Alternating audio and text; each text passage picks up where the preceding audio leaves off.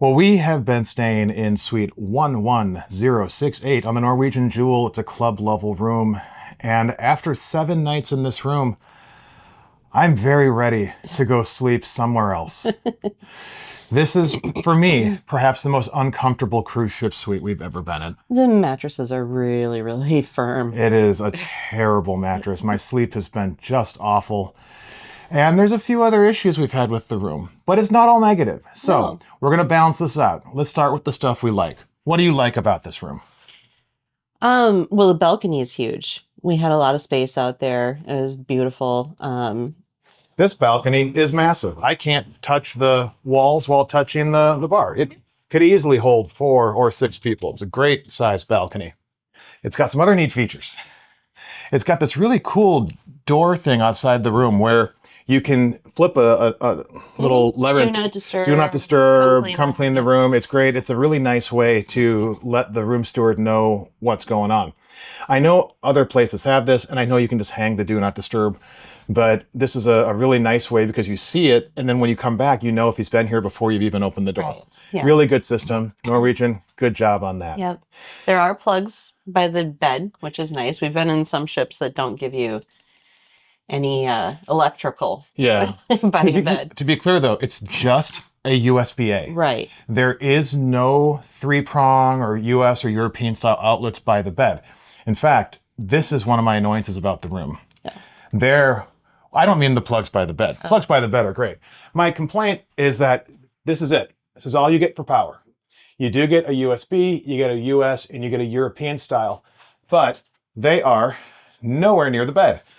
And if you have a CPAP or anything like that, that could be an issue. Yeah. Thankfully, it's not a problem for us, but I think it's something people should be aware of before they book in this type of suite.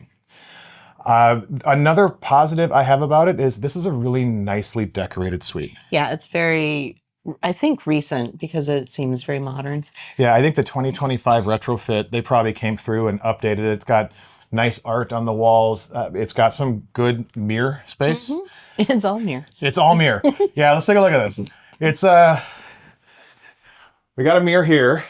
Now this mirror has a light, and that's nice. A downside of that light is that the master switch for it is over there. So if you are putting your contacts in and the light isn't turned on, you have to go take a walk. Back here, big mirror. Let's come over here above the bed. Big mirror. Well, above the headboard. Above the bed is not a mirror. No. That would be funny. Over here, big mirror. Over here, big mirror. This is a mirror-heavy room. And if you're putting up hooks and magnets, that's something you need to be aware of. Right. Is that there's not as many spots for your magnetic hooks. Yeah, this is a very non-magnetic room. Mm-hmm. So, other things we didn't like about this room.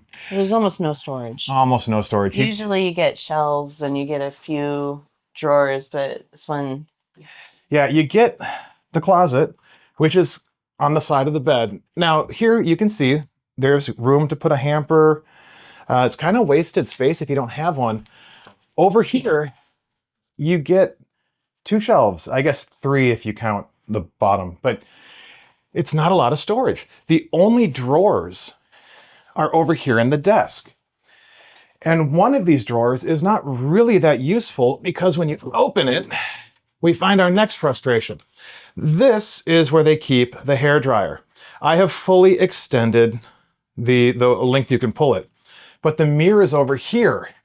It doesn't reach. It does not. You can't dry your hair while looking at the mirror. That's crazy. I've spent quite a few evenings hunched over trying to get my hair dry. Yeah, another issue over here is you have the mini fridge. Now, our mini fridge when we showed up was not functioning, and it took until day 5 to get a functioning mini fridge. We have some medications that need to be refrigerated, so that was a little frustrating. They did on day 4, after raising this issue up several times, they provided us with the football.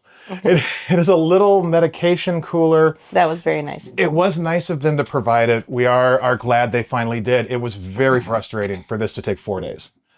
All right. What else about this room do you think people should know? Or are we wrapping it up? I mean, it has a really nice big shower.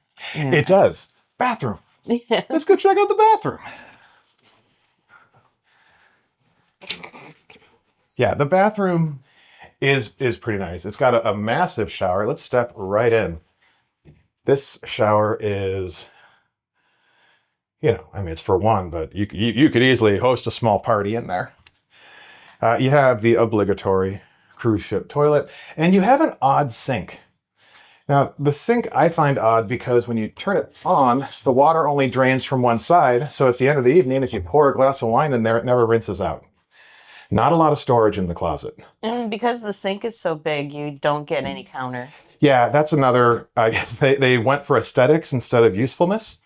And you do have an outlet up here if you do bring your own shaver.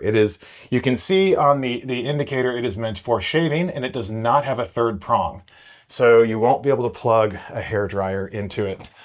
You do get good control of the temp. I will say that the system they have in here is working well.